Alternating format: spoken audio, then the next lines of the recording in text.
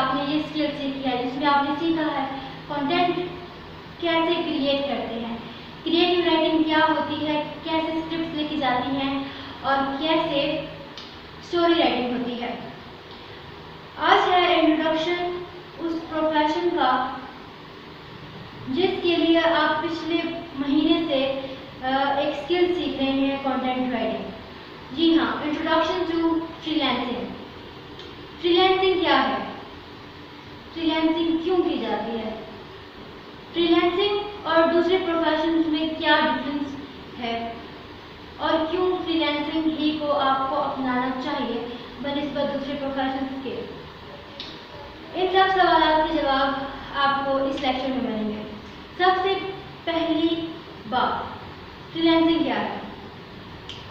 Freelancing एक ऐसा profession है जिसमें आपकी कोई स्किल है, कोई भी सॉफ्ट स्किल है, चाहे आप कंटेंट राइटर हैं, आप क्रिएटिव राइटर हैं, आप ग्राफिक डिजाइनर हैं, आप वेब डेवलपर हैं, आपकी जो भी स्किल है, आपका जो भी हुनर है, उस हुनर को आप ऑनलाइन मार्केट में आके बेचते हैं।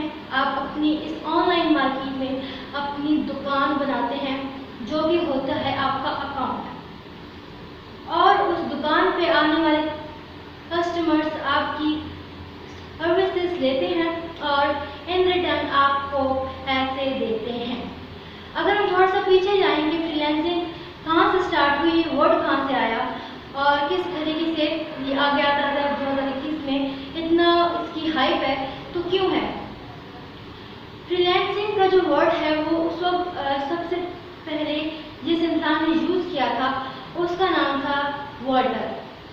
ठीक है, 1800 में, सन 1800 में जब जंगें हो रही थी, तो उस वक्त एक जो वहाँ पे ऑफिसर होंगे वो, तो उन्होंने ये वर्ड यूज़ किया था। और उन्होंने क्यों यूज़ किया था, क्योंकि उस वक्त वॉर्स हो रही थी और काफ़ी तरह को भी नुकसान भी हो रहा था, उनकी नाकामी भी हो रही थी उनको और कामयाबी भी मिल रही थी।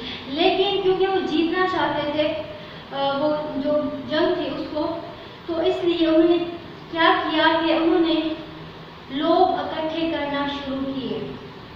वो लोग जिनको उन्होंने कहा कि मैं आपको पैसे दूंगा और आपने हमारे बिहाफ पे आके जंग लड़नी है। उन्होंने ये स्ट्रेटजी अपनाई थी और इस तरीके से उन्होंने वो जो लोग वो मिलिट्री के अलावा जो वो लोग लेके आए थे अपनी वॉर में, अपनी जंग को जीतने के लिए, तो उन्होंने वर्ड यूज़ किया था फ्रीलांसर्स, कि ये फ्रीलांसर्स हैं। ठीक है, कि उन्होंने उनको कुछ पैसे दिए और उन पैसों के एवज वो लोग आ रहे थे उनके बिहाफ पे जंग लड़ने के लिए। तो उन्होंने अपनी स्ट्रेंथ को बढ़ाने के लिए, अपना काम निकलवाने के लिए उन्होंने ये एक बहुत बेहतरीन स्ट्रेटजी अपनाई। आगे उनकी जंग का क्या हुआ क्या नहीं हुआ हमारा उससे कोई लिंक नहीं है। हमने ये देखा कि फ्रीलांसिंग अभी का वर्ड नहीं है, फ्रीलांसिंग हो रही है सन 1800 से। उस वक्त पे ये जो लेन देन जो है वो होता रहा और देखिए 2021 आ गया और अब यहाँ पे देखिए हर दूसरा बंदा जो है वो फ्रीलांसर है। उसकी स्किल जो भी है लेकिन उसका जो नेम है वो ये है कि वो फ्रीलांसर है। ठीक है, इसके बाद अब आ जाते हैं कि फ्रीलांसिंग का हमें पता लग गया क्या है। फ्रीलांसिंग का प्रोफेशन दूसरे प्रोफेशन की बनिस्बत क्यों बेहतर है। इस सवाल का जवाब इस बात से आप अंदाजा लगा रहे हैं कि जो दूसरी जॉब्स हैं, अब आपने देखा कि कोरोना वायरस की वजह से वो जो दूसरी जॉब्स थी, जो आपके बिजनेसेस थे, वो सब फ्लॉप हो गए हैं पूरी दुनिया में। सारा जो फिजिकल वर्क था, इंडस्ट्रीज थी, शॉप्स थी, मार्केट्स थी, सब फ्लॉप, सब खत्म, सब lockdown, everything is just finished. तो जहाँ पे अभी आप लोग देखते होंगे अपने आसपास कितने लोग इसकी वजह से अफेक्ट हुए हैं और कितना उनको नुकसान हुआ है, कितने लोग फौत हो चुके हैं, कितने लोग अभी भी इतने बीमार हैं लेकिन उनके पास एक रुपया नहीं है कि वो अपने ऊपर लगा सकें। और सेहतयाब हो सके। आए रोज़ हमारे यहाँ भी स्टेटस लग रहे होते हैं, किसी बच्चे की फीस है, किसी को राशन की ज़रूरत है, हेल्प चाहिए, तो ये सब हो रहा होता है। मकसद ये है बात करने का कि जितने भी फिजिकल प्रोफेशन से, चाहे डॉक्टर है, इंजीनियर है, जो भी है, वो ख़त्म हो गया।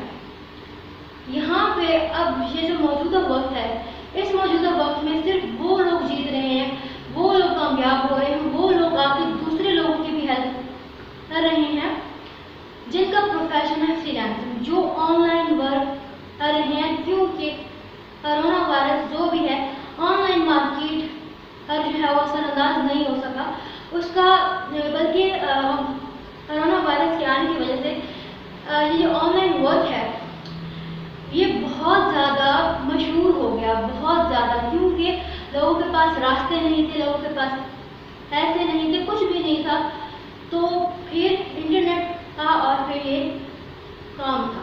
ठीक है, तो ये आपका जो प्रोफेशन है इसलिए बहुत अच्छा है कि ये किसी भी लिहाज से अफेक्ट नहीं हो सकता। आपके पास बस एक स्किल होनी चाहिए, उस स्किल को फिर आपने यूटिलाइज करना होता है। आपका अगर आपका कोई और प्रोफेशन है, आप चाहे डॉक्टर हैं, इंजीनियर हैं, स्टूडेंट हैं, आप जो भी हैं, आपको जो भी प्रोफेशन है लेके आए उसे। लेकिन फ्रीलांसिंग एक ऐसा प्रोफेशन है जो दूसरे प्रोफेशन के साथ एडजस्ट हो जाता है कि आप अगर जस्ट कुछ घंटे ही फ्रीलांसिंग में इन्वेस्ट करते हैं, यानी कि अगर आप सुबह 9 बजे से 5 बजे तक शाम को अपने ऑफिस में होते हैं, तो फिर भी आपके पास पूरी रात होती है और सारा वक्त होता है आपके पास, जिस वक्त में आप फ्रीलांसिंग को टाइम दे सकते हैं। फ्रीलांसिंग का आपका काम बिल्कुल भी अफेक्ट नहीं होता कि आपका कोई और भी प्रोफेशन है, क्योंकि जितना फ्लेक्सिबल होता है, आपकी मर्जी, आपने किस वक्त काम करना है, किस वक्त आपने काम नहीं करना, it's all up to you. दूसरा जो जहाँ पे प्रोफेशन के हवाले से फ्रीलांसिंग को एडवांटेज मिल जाता है, वो ये एडवांटेज मिलता है कि आप अगर किसी इंडस्ट्री में जॉब करते हैं, आपकी पेमेंट जो है, आपकी जो आमदन है कि आप इस जगह XYZ आपकी पोस्ट है, तो आपको 25,000, 30,000, 35,000 मिलेंगे। That is it. 25,000 से 1 रुपया आप जो है ऊपर एक्सपेक्ट नहीं कर सकते हैं कि आपको दिया जाएगा। इवन ये होता है कि अगर आप लेट होते हो, आप किसी दिन आप अपनी जॉब से ऑफ लेते हो, तो 25,000 से भी लो होता 24,000-23,000 आ जाता है। ठीक है, तो आपके पैसे से भी हटते हैं। ठीक है, लेकिन फ्रीलांसिंग एक ऐसा प्रोफेशन है जहाँ पर आपको नुकसान नहीं होता। आप जितनी मेहनत करते हैं, आपकी जितनी स्ट्रगल होती है, आप जितना एफर्ट्स लगाते हैं उसमें, उतना ही आपको फ़ायदा हासिल होता है।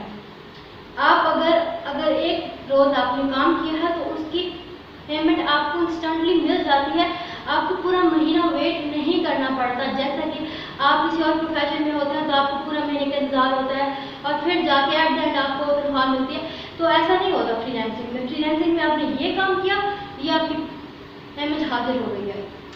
इसमें यह भी है कि अगर आपका ज़्यादा काम है, आप ज़्यादा काम करते हैं, तो आपकी पेमेंट इंक्रीज भी हो सकती है। कोई फिक्स अमाउंट नहीं है कि आपको एट द एंड आपके महीने में 25,000 होंगे, नहीं। अगर आप ज़्यादा काम करते हैं तो आपकी पेमेंट ऑटोमेटिकली ज़्यादा हो जाएगी।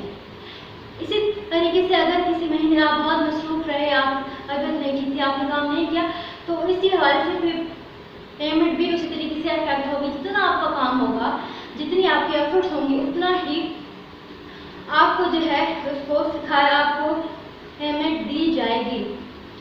तो इस हवाले से फ्रीलांसिंग बेहतरीन है बनिस्बत किसी भी और प्रोफेशन के। मैं हर एक प्रोफेशन की रिस्पेक्ट करती हूँ, लेकिन जहाँ पे बात आ जाती है कि कहाँ पे आपको कंफर्ट जोन है, कहाँ पे आपको एडवांटेज ज़्यादा मिल रहा है, तो I will go with the freelancing field.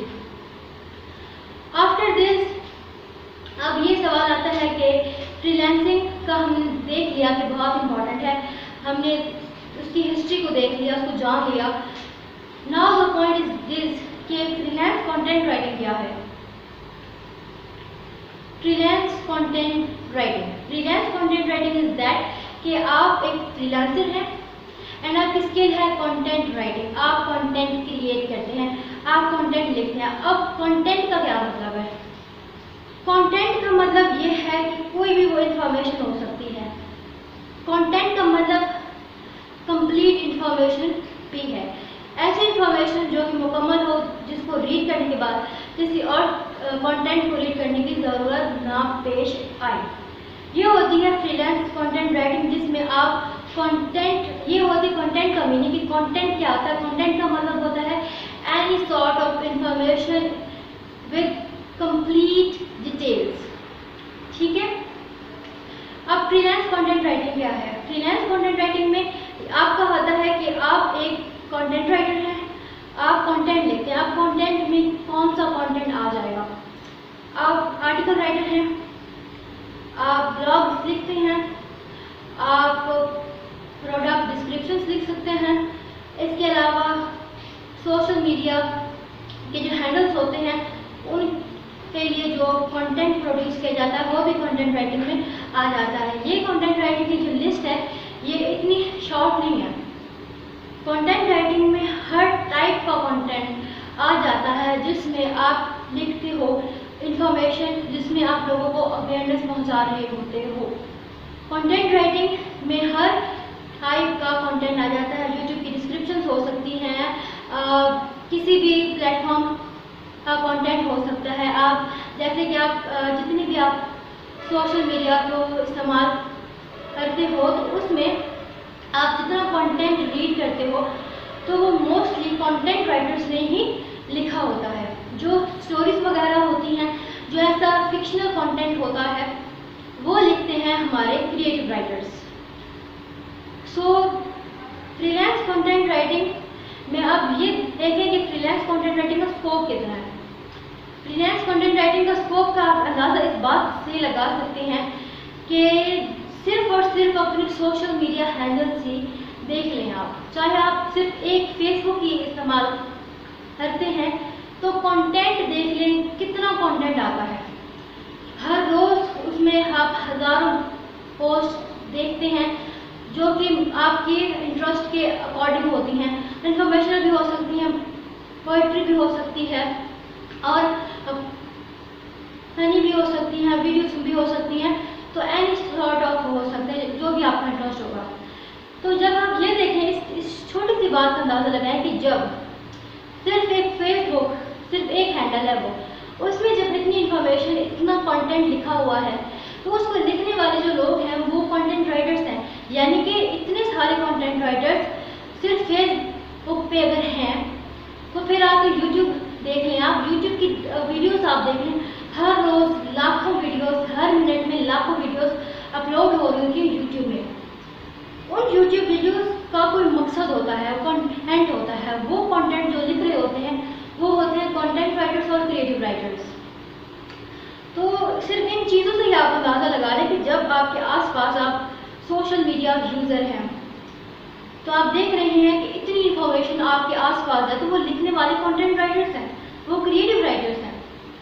तो जब वो लिख रहे हैं तो ऑब्वियसली उनको पेमेंट दी जा रही है। वो सिर्फ ऐसे ही नहीं लिख रहे, उनके ऐसे बाकायदा प्रोजेक्ट्स होते हैं, कॉन्ट्रैक्ट्स होते हैं और फिर इतना बड़े पैमाने पे जो है वो काम हो रहा होता है।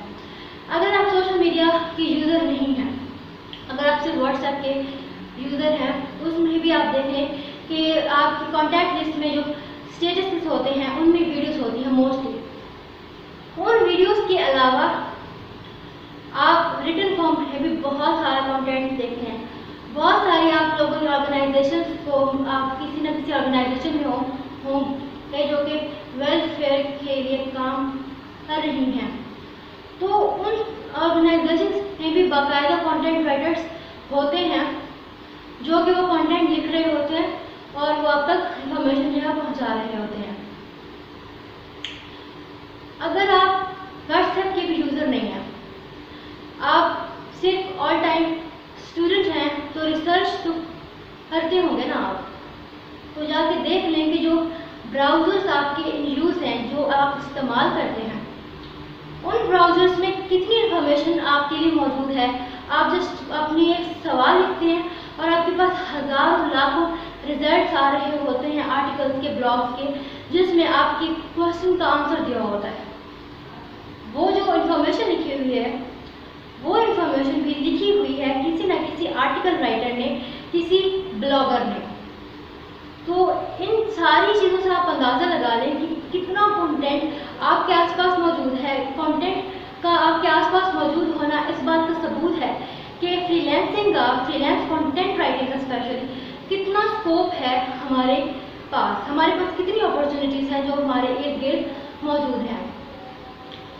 यहाँ पे अब मैं आपको बताऊँ कि फ्रीलांसिंग के बहुत सारे प्लेटफॉर्म्स हैं जो कि इंटरनेशनल प्लेटफॉर्म्स भी हैं और नेशनल प्लेटफॉर्म्स भी हैं। हमारे लिए भी हमारा एक जो अपना है प्लेटफॉर्म, अभी वो लॉन्च हुआ है, इतना वक्त नहीं हुआ उसे। और इसके अलावा इंटरनेशनल है जैसे कि फाइवर है, अपवर्क है और फ्रीलांसर है और बहुत सारे हैं। नाम मैं अगर लूँ तो मेरे जो लेक्चर है वो जो है बहुत लंबा हो जाएगा। कहने का मकसद ये है कि हमारे पास इंटरनेशनल और नेशनल जो है वो फ्रीलांसिंग के हवाले से बाकायदा प्लेटफॉर्म्स हैं, बाकायदा मार्केट्स हैं। उन मार्केट्स में जाते हैं आप और जाके अपना अकाउंट बनाते हैं। ये ऐसा ही है कि जैसे आप अपनी किसी मार्केट में जाते हैं और वहाँ पे लोगों की दुकानें होती हैं, जाके वहाँ पे आप अपनी ज़रूरत की चीज़ें लेके आते हैं। ये ऑनलाइन मार्केट्स हैं। इन ऑनलाइन मार्केट्स में आप भी अपनी दुकान खोलते हैं, आपका अकाउंट होता है, आप वहाँ पे अकाउंट बनाते हैं अपना, जाके आपकी प्रोफाइल होती है जिसमें आप अपना काम जो है वो दिखाते हैं। उस काम के दिखाने को कहा जाता है आपका पोर्टफोलियो। उस पोर्टफोलियो को आप रिलेट कर सकते हैं। आपकी जो शॉप है, जो आपकी किसी भी मार्केट में आप जाते हैं तो वो शॉप होती है, उसमें उन्होंने सारे आइटम जो है वो लगाए होते हैं। तो इसी तरीके से जो ऑनलाइन हमारी मार्केट होती है, वहाँ पे हमारा अकाउंट होता है, साथ में हमारा एक ऑप्शन होता है जिसमें लिखा होता है पोर्टफोलियो। उस पोर्टफोलियो में आप ऐड करते हैं अपने आइटम्स, यानी कि आपकी स्किल्स के हवाले से आप कितने अच्छे कंटेंट राइटर हैं, आपने कितना काम किया है, आपने कितना अच्छा आर्टिकल लिखा था, ऐसे लिखा था, ब्लॉग लिखा था, वो आप अपना कंटेंट जो है वो पोर्टफोलियो में प्रेजेंट करते हैं। इस तरीके से फिर जो भी आपका कस्टमर है उसको अगर आपका काम पसंद आ जाता है, वो पोर्टफोलियो आपका जाके देखता है, उसे अगर आपका पोर्टफोलियो पसंद आ जाता है और वो कहता है कि मैं जो है इसी कंटेंट राइटर से अपना काम लिखवाऊंगा, तो वो फिर आपका जो क्लाइंट होता है वो आपका परमानेंट क्लाइंट बन जाता है।